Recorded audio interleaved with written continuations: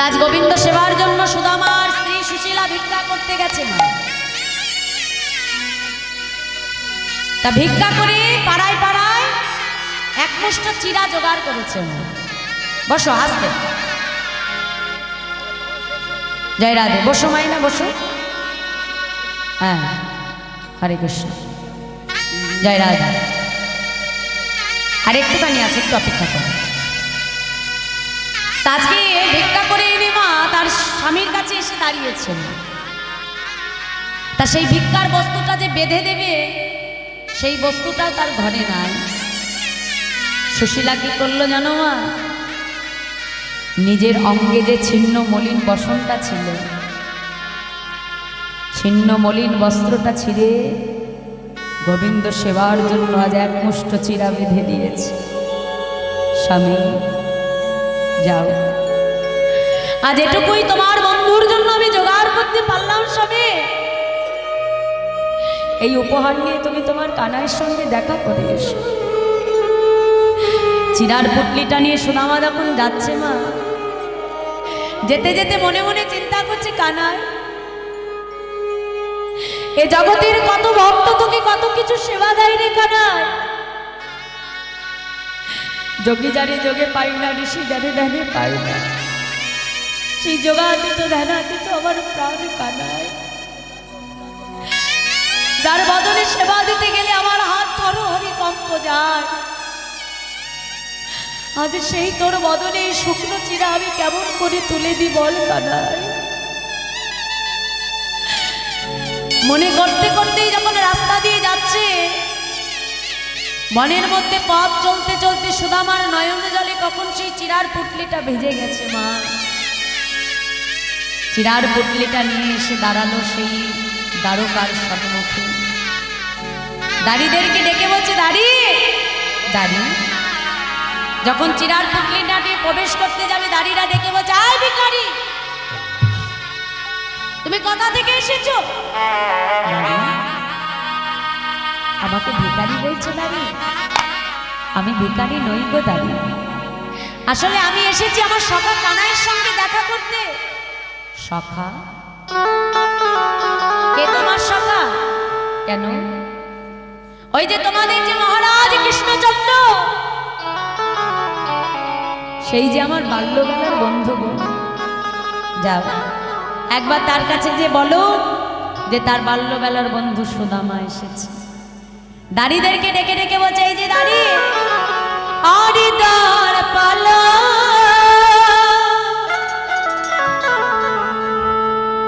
उसे कन्हैया से कह दो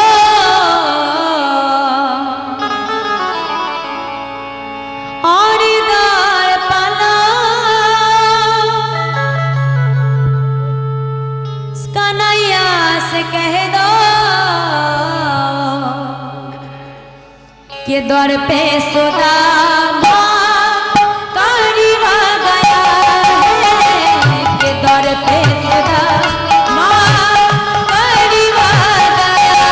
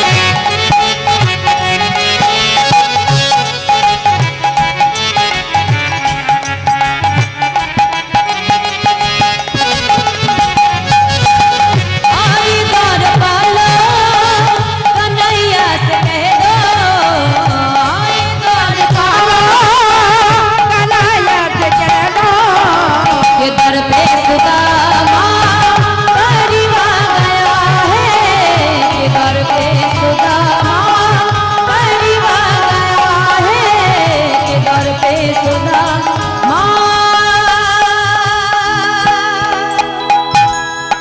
परिवा गया है। दादी যাও একবার তোমাদের মহারাজকে যে বলো তার বাল্যবেলার বন্ধু সুদামা এসেছে। আমি কথা দিলাম এই নামটা শুনে যদি আমার কানাই আমাকে চিনতে না পারে আজ এই দ্বার থেকে আমি ফিরে চলে যাব দাদি। কিন্তু একবার তো তাকে যে বলো যে তার বাল্যবেলার বন্ধু সুদামা এসেছে। যাও দাদি। দাঁড়িরা ভেতরে প্রবেশ করে ডাকছে মহারাজ, মহারাজ কোথা থেকে একজন ভিখারি এসে বলে কিনা সে নাকি আপনার বাল্যবেলার বন্ধু। কি বললে? আমার বন্ধু? আচ্ছা দাঁড়ি কি নাম বলে যে তার কি জানো নাম বললো মহারাজ? কি জানো? ও মনে পড়েছে মহারাজ, তার নাম হলো সুদামা। কি বললে দাদি? সুদামা? তুমি ঠিক বলছো দাদি। আমার আমার সুদামা এসেছে, আমার আমার বাল্যবেলার বন্ধু সুদামা। তুমি ঠিক শুনছো তো দাঁড়িয়ে? আমার সুদামা। ভগবান আজকে সিংহাসন ছেড়ে নেমে ছুটতে ছুটতে চিৎকার করছে সুদামা সুদামা সুদামা সুদামা বলতে বলতে গোবিন্দ যেই না ছুটে গিয়ে আমার সুদামাকে আলিঙ্গন করতে যাবে, সঙ্গে সঙ্গে কানাইকে ডেকে বলছে, কানাই না না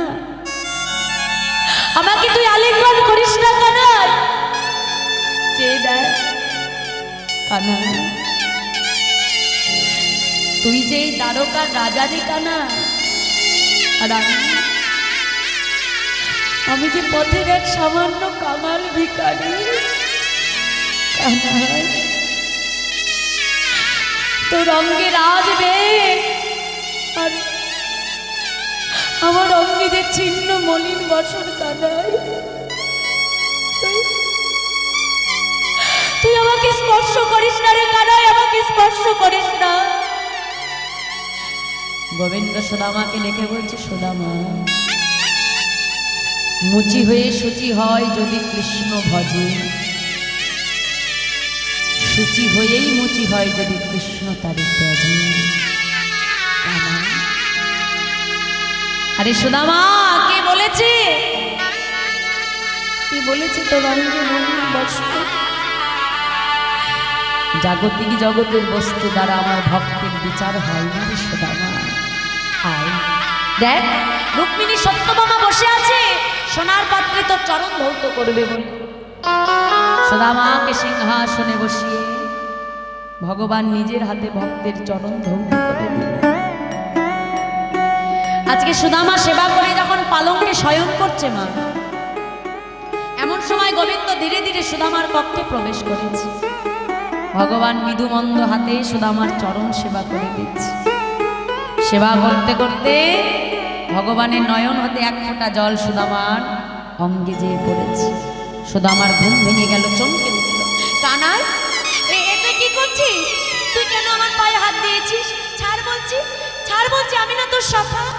সুদামা তুমি যে আজ আমার অতিথি, আর অতিথি যে নারায়ণ সুদামা। আবার তুমি তো আমার বন্ধু, যেমন তেমন বন্ধু নাও, তুমি যে আমার বেদ বিদ্যার পণ্ডিত। ও সুদামা এই রাজ্য চালনা করবার জন্য আমাকে কত প্রকারের মিথ্যা কথা বলতে হয়, মিথ্যার চরণকে আশ্রয় করতে হয় আমার। কিন্তু তুমি গুরুচরণে কথা দিয়েছিলে জীবনে মিথ্যে কথা বলবে। তোমার মতো এমন পরম বন্ধুকে কাছে পেয়ে আমি কি সেবা না করে থাকতে পারি? আচ্ছা বেশ। আচ্ছা সুদামা, তা এতগুলো দিন পরে যে তুমি আমার কাছে এলে, আমার জন্য কি উপহার এনেছো তুমি? মামা ওই এক মুষ্ঠ যে শুকনো চিড়ে এনেছিল, ভগবানের আজ এই বিশাল ঐশ্বর্য দেখে না মা চিরার পুটলিটা বার করতে পারছে না, লুকায়িত করে রেখেছে।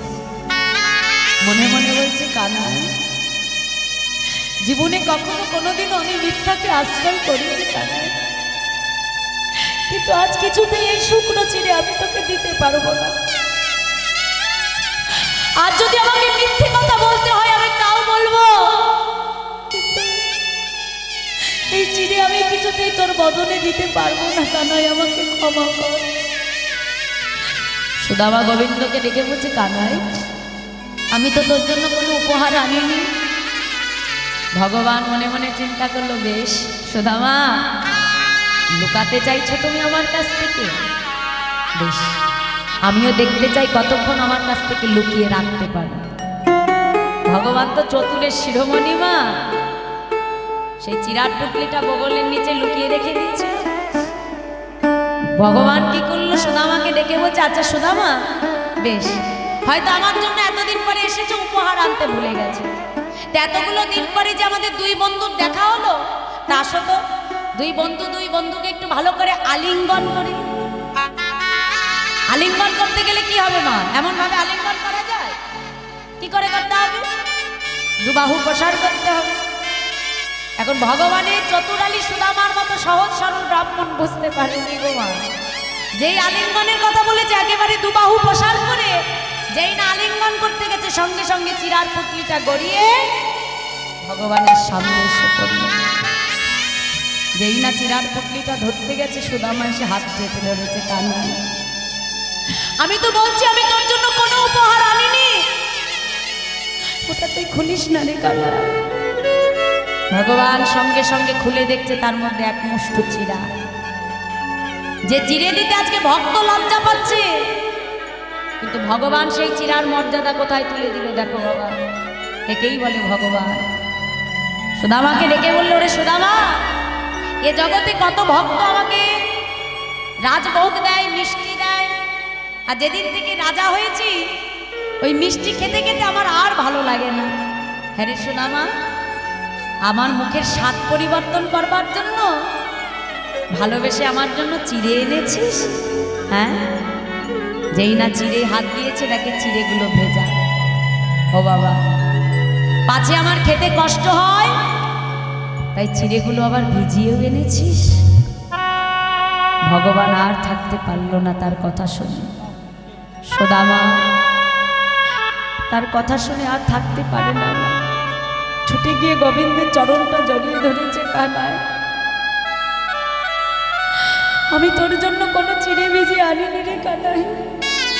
কানাই আমি মনে মনে চিন্তা করলাম জগতে কত ভক্ত তোকে কত কিছু সেবা দেয়, কিন্তু কানাই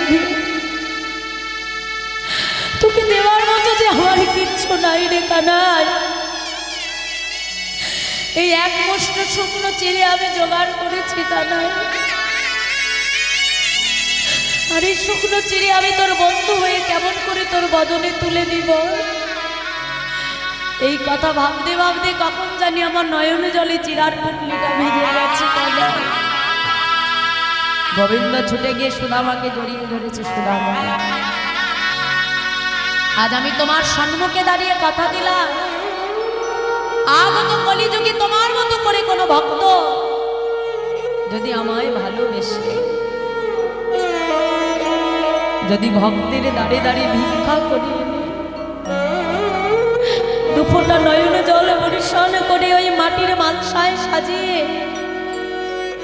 কোনো ভক্ত যদি আমাকে সেবা দেয়, সুদামা আমি তোমায় কথা দিলাম আগত কলিযুগে আমি ভগবান হয়ে স্বয়ং সেই ভক্তের ভিক্ষা করা সেই চিরা আমি গ্রহণ করব। নিতাই গৌর হরি বল, হরি বল।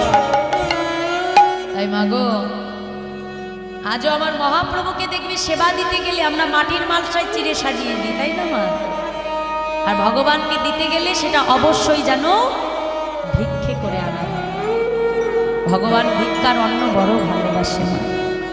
এনে দুফোঁটা নয়নে জল বর্ষণ করে তাকে কেঁদে কেঁদে বলো, প্রভু তোমাকে দেবার মতো আমার কিছু নাই, আমি যে বড় কাঙাল, আজ ওইটুকু আমি জোগাড় করেছি, তুমি কৃপা করে গ্রহণ করো মাধব।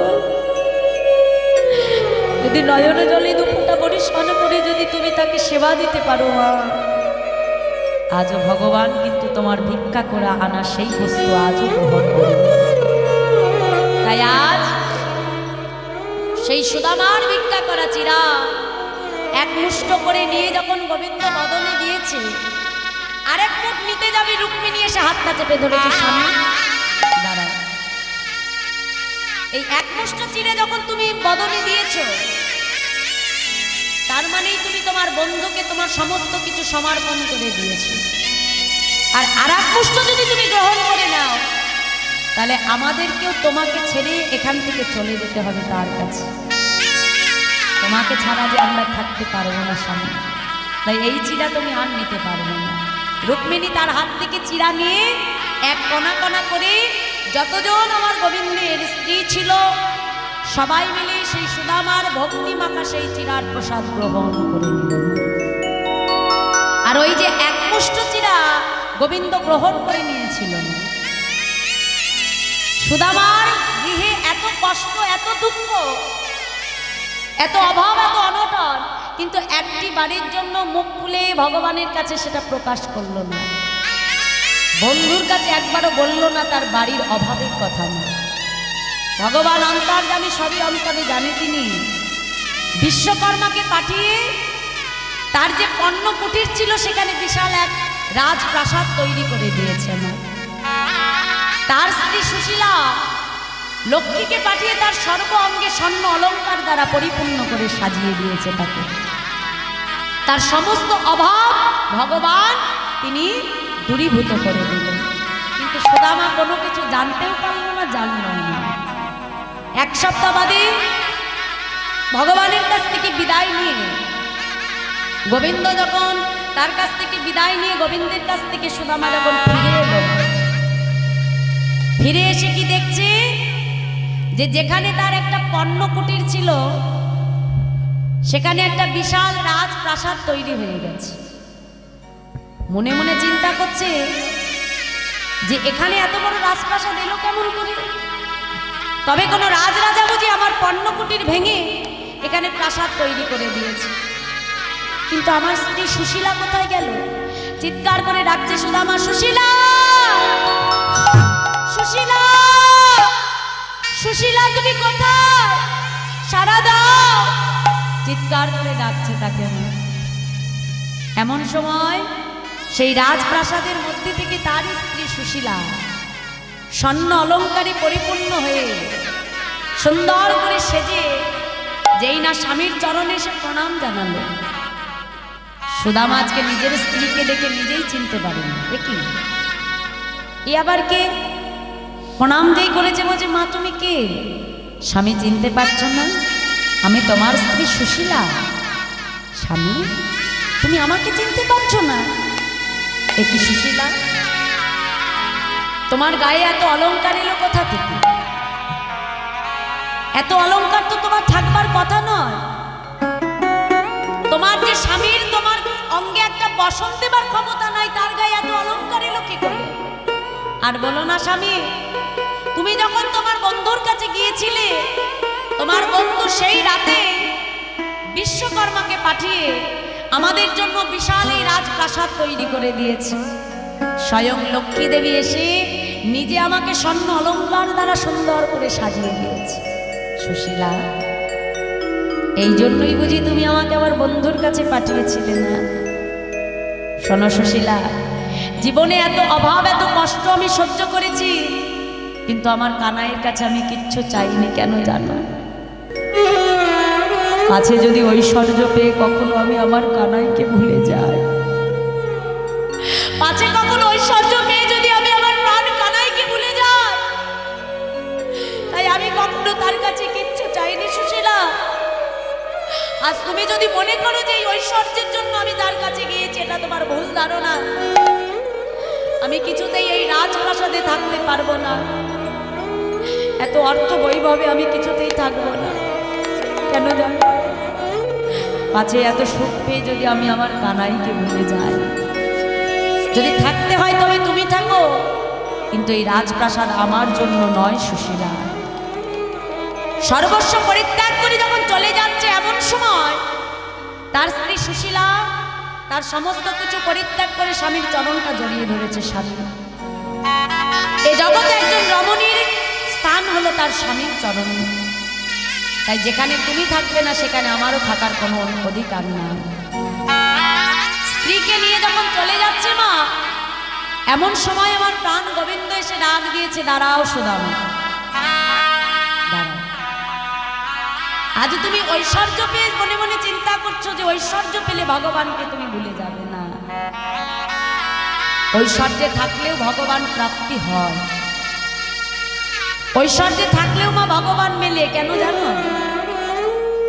দেখবে নিজের বাড়িটা যখন তুমি 4-5 তলা তৈরি করবে, পাশে তুমি ভগবানের জন্য একটা মন্দির তৈরি করবে। নিজের জন্য দামি দামি অলংকার বানাবে, ভগবানের জন্য তৈরি করবে মা। নিজের জন্য দামি দামি পোশাক কিনবে, ভগবানের জন্য কিনে আনবে। দেখবে মা, যেই বস্তু ভগবানকে নিবেদন করে গ্রহণ করা হয় না, তার ভেতরে কিন্তু কোনো অহংকার আসে না। আর যেখানে মা ভগবানকে সরিয়ে রেখে আমরা নিজে মালিক সাজতে যাই, যে আমার বাড়ি, আমার ঘর, আমার অর্থ, আমার গাড়ি, যেখানে নিজে মালিক সাজতে যাব মা, জানবে সেখানে কিন্তু অহংকার এসে যায়। কিন্তু ভগবানকে যদি কোনো বস্তু নিবেদন করে ভোগ করো মা, তার ভেতরে কখনো কোনো অহংকার আসবে না। তাই গোবিন্দের কৃপায় সুদামা সেই রাজপ্রাসাদের থেকে তিনি ভগবান প্রাপ্তি করেছিলেন। তাই সেই বৃন্দাবনের প্রাণ সখা সুদামা যখন বৃন্দাবন লীলা সমর্পণ করল, এই দাপর যুগ থেকে সেই সুদামা কলিযুগে হলেন আমার মহাপ্রভুর পরম ভক্ত, যার নাম হলো সুন্দরানন্দ পণ্ডিত, যিনি বাংলাদেশের যশোর জেলার মহেশপুর গ্রামে যিনি আবির্ভূত হয়েছেন। তাহলে সত্যযুগে যিনি ছিল প্রদ্যুম্ন, ত্রেতা যুগে বাবা তিনি হলেন ভরত, দাপর যুগে তিনি হলেন গোবিন্দের পরম বন্ধু সুদামা, আর কলিযুগে তিনি হলেন আমার চৈতন্য মহাপ্রভুর পরম বন্ধু, যার নাম হলো সুন্দরানন্দ পণ্ডিত। এইভাবে সত্য থেকে কলিযুগ পর্যন্ত 4 যুগ পর্যন্ত এই কৃষ্ণ সুদামার বন্ধুত্ব যুগে যুগে আজ ইতিহাসের খাতায় অমর হয়ে আছে। তাই গৌর হরি বল, হরি বল, হরি বল। আর এত বড় কৃষ্ণ ভক্তি ছিল মাতা, কুমিরের পিঠে বসে তিনি কৃষ্ণ প্রেম প্রচার করেছিলেন। আর এত বড় ভক্ত তিনি ছিলেন মা, যিনি গোবিন্দকে কদম ফুল দেবে বলে একদিন বাসনা করেছিলেন। কিন্তু কদম ফুল কখন ফোটে মা? আস্তে, কদম ফুল কখন ফোটে? বর্ষাকাল, দেখবে। কিন্তু তখন সময়টা বর্ষাকাল নয়, কিন্তু ভক্তের ইচ্ছা হয়েছে ভগবানকে আজকে কদম ফুল দেবে। সেই ভক্তের ইচ্ছায় সেদিন কি হয়েছিল, জামির গাছ অর্থাৎ জাম গাছে ভগবান কদম ফুল প্রস্ফুটিত করে দিয়েছিল। এত বড় ভক্ত ছিল বাবা তিনি।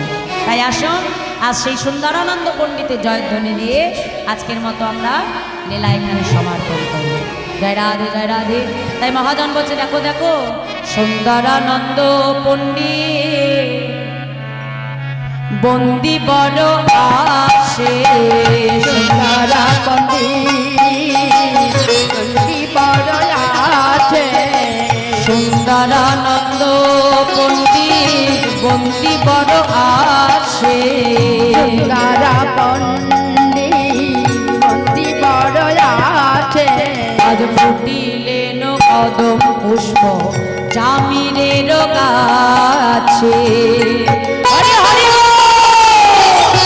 জামির গাছ ফুটিল কদম্ব পুষ্প জামিরের গাছে, ফুটিল কদম্ব পুষ্প জামির গাছে। তাই সেই কলিযুগের সুন্দরানন্দ পণ্ডিত আর রাধা গোবিন্দ মিলিত তনু হলেন আমার গৌর সুন্দর। তাই কলিযুগে এসেও সেই বৃন্দাবনের সুদামা যিনি সুন্দরানন্দ পণ্ডিত, তার সঙ্গে আমার চৈতন্য মহাপ্রভুর মিলন হলো। জয় রাধে, জয় রাধে। এবার সবাই মিলে একটু বাহু তুলে, হ্যাঁ এবার দাঁড়াতে হবে, আমরা ভক্ত আর ভগবানকে মিলনে রাখবো। জয় রাধে। ভক্তির বাসনা প্রভু পূরণ করি,